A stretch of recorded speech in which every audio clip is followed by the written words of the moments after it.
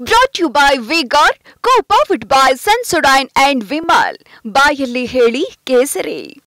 Associate sponsor Ultratech Cement. ಅದು ಜೆಡಿಎಸ್ನ ಆಂತರಿಕ ವಿಚಾರ, ಅವರ ಪಕ್ಷದ ಆಂತರಿಕ ವಿಚಾರ. ಈಗಾಗಲೇ ಕುಮಾರಸ್ವಾಮಿ ಅವರು ನಿನ್ನೆನೂ ಕೂಡ ಹೇಳಿಕೆಯನ್ನು ಕೊಟ್ಟಿದ್ದಾರೆ. ನಾವು ಯಾವುದೇ ಕಾರಣಕ್ಕೂ ಇದರಲ್ಲಿ ಮೂಗು ತೋರಿಸಲ್ಲ. ಕಾನೂನು ಏನಿದೆ ಕಾನೂನು ಕ್ರಮ ತೆಗೆದುಕೊಳ್ಳಿ. ನಮ್ಮ ಸಂಬಂಧಗಳು ಕೂಡ ರೇವಣ್ಣ ಅವ್ರ ಜೊತೆ ನಮ್ಮದೇನು ಸಂಬಂಧನೂ ಕೂಡ ಇಲ್ಲ ಅಂತ ಹೇಳಿದ್ದಾರೆ ಅವರು. ಇದರ ಖಡಕ್ಕಾಗಿ ಅವರು ಕುಮಾರಸ್ವಾಮಿ ಅವರು ಮಾತಾಡಿದ್ದಾರೆ. ಆ ದೃಷ್ಟಿಯಿಂದ ಈಗ ಕಾನೂನಿಗಿಂತ ಯಾರು ದೊಡ್ಡವರೇನಲ್ಲ. ಈಗ ಬಂದಿರೋವಂಥ ಏನು ವಿಡಿಯೋಸ್ ಇದೆ ಅವ್ರ ಹತ್ರ, ಅದೆಲ್ಲ ಪೊಲೀಸರು ತನಿಖೆ ಮಾಡ್ತಾರೆ. ತನಿಖೆ ಮಾಡಿ ತಪ್ಪಿತಸ್ಥರು ಯಾರು ಅಂತ ಫೈನಲೈಸ್ ಆದಮೇಲೆ ಮತ್ತು ಕಂಪ್ಲೇಂಟ್ ಕೊಡುವಂಥವ್ರಿಗೆ ಎಲ್ಲರಿಗೂ ಕೂಡ ಹೇಳಿದ್ದಾರೆ ಬಂದು ಕಂಪ್ಲೇಂಟ್ಗಳು ಕೊಡಿ ಅಂತೇಳಿ. ಸೊ ಇನ್ನೂ ಬರಬೇಕಲ್ಲ, ಭಾಳ ಜನ ಕಂಪ್ಲೇಂಟು ತೊಗೊಬೇಕಾಗಿದೆ. ಆ ಕಂಪ್ಲೇಂಟು ಇವೆಲ್ಲ ತೊಗೊಂಡ್ಮೇಲೆ ಈ ಘಟನೆ ಎಲ್ಲಿ ನಡೀತು, ಏನಾಯಿತು ಅನ್ನೋದ್ರ ಬಗ್ಗೆ ಯಾರು ನೊಂದಿದ್ದಾರೆ, ಆ ನೊಂದಿರ್ತಕ್ಕಂಥ ತಾಯಂದಿರು ಅವರು ಹೇಳಿಕೆಗಳನ್ನು ತಗೊಂಡಾದಮೇಲೆ ಇದಕ್ಕೆ ಒಂದು ಪೊಲೀಸರು ಒಂದು ಕಾನೂನಾತ್ಮಕ ಕ್ರಮವಾಗಿ ಅದನ್ನು ಕೋರ್ಟ್ಗೆ ಸಲ್ಲಿಸ್ತಾರೆ. ಒಂದು ಸರಿ ಪೊಲೀಸರು ಇದಾಗಿರೋದು ಘಟನೆ ನಿಜ ಅಂತ ಆದಮೇಲೆ ಸೊ ಎಲ್ಲ ಪ್ರಕ್ರಿಯೆಗಳು ತಾನೇ ಪ್ರಾರಂಭ ಆಗ್ತದೆ. As A B J P ನಾನು ಸ್ಪಷ್ಟವಾಗಿ ಹೇಳ್ತೀನಿ, ಈಗ ಅವರು ಲೋಕಸಭಾ ಸದಸ್ಯರು, ಇನ್ನೂ 1 ತಿಂಗಳ ಕಾಲ ಇರ್ತಾರೆ ಅವರು ಲೋಕಸಭಾ ಸದಸ್ಯರು. ಅವರು ನಮ್ಮ ಬಿ ಜೆ ಪಿ ಮತ್ತು ಜೆ ಡಿ ಎಸ್ ಅಲಯನ್ಸಲ್ಲಿ ಅವರೇನು ಎಂ ಪಿ ಆಗಿಲ್ಲ.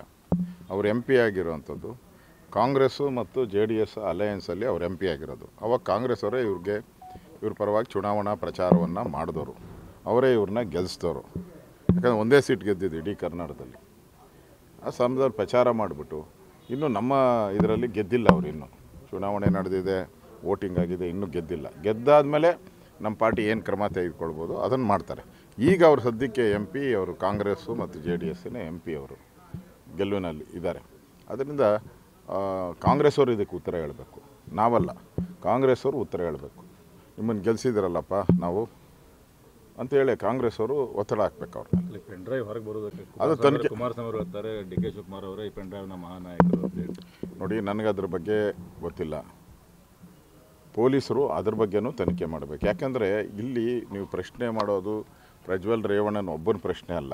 ಇಲ್ಲಿ ಯಾರು ನೊಂದಿದ್ದಾರೆ ಹೆಣ್ಮಕ್ಳು ಅವ್ರ ಮರ್ಯಾದೆ ಪ್ರಶ್ನೆ. ಅದು ಅಷ್ಟ ಈ ಥರದ ಒಂದು ಪೆನ್ ಡ್ರೈವ್ ಎಲ್ಲ ಮಾಡಿ ಸಾವಿರಾರು ಜನಕ್ಕೆ ಹಂಚಿ ಹಳ್ಳಿಗಳಲ್ಲಿ ತೊಗೊಂಡೋಗಿ ಹಂಚಿದಾರು. ಇದೆಲ್ಲ ಹಂಚೋ ಅಂಥದ್ದನ್ನ ಮೂಕ ಪ್ರೇಕ್ಷಕರಾಗಿ ಕಾಂಗ್ರೆಸ್ ಅವರು ಅಥವಾ ಪೊಲೀಸರು ಮೂಕ ಪ್ರೇಕ್ಷಕರಾಗಿ ನೋಡಿದ್ದಾರೆ. ಹಂಚಿದಾಗೆ ಹಿಡ್ದಾಕಿದ್ದಾರೆ ಯಾರು ಅನ್ನೋದು ಗೊತ್ತಾಗ್ತಾಯಿತ್ತು, ಮತ್ತು ಯಾಕೆ ಮಾಡಿದ್ದಾರೆ ಅನ್ನೋದು ಗೊತ್ತಾಗ್ತಾಯಿತ್ತು. ಚುನಾವಣಾ ಸಂದರ್ಭದಲ್ಲಿ ಈ ಥರ ಆಗುವಂಥ ಘಟನೆಗಳನ್ನು ನೋಡಿದಾಗ ನನಗನ್ಸ್ತತೆ ಇದು ಚುನಾವಣೆಗೆ ಉಪಯೋಗ ಮಾಡ್ಕೊಂಡಿದ್ದಾರೆ. ಏನೇ ಆದರೂ ತಪ್ಪೇ, ಅದರಲ್ಲಿ 2 ಮಾತಿಲ್ಲ. ತಪ್ಪು ಮಾಡಿದರೆ ಉಪ್ಪು ತಿಂದವರು ನೀರು ಕುಡಿಲೇಬೇಕು.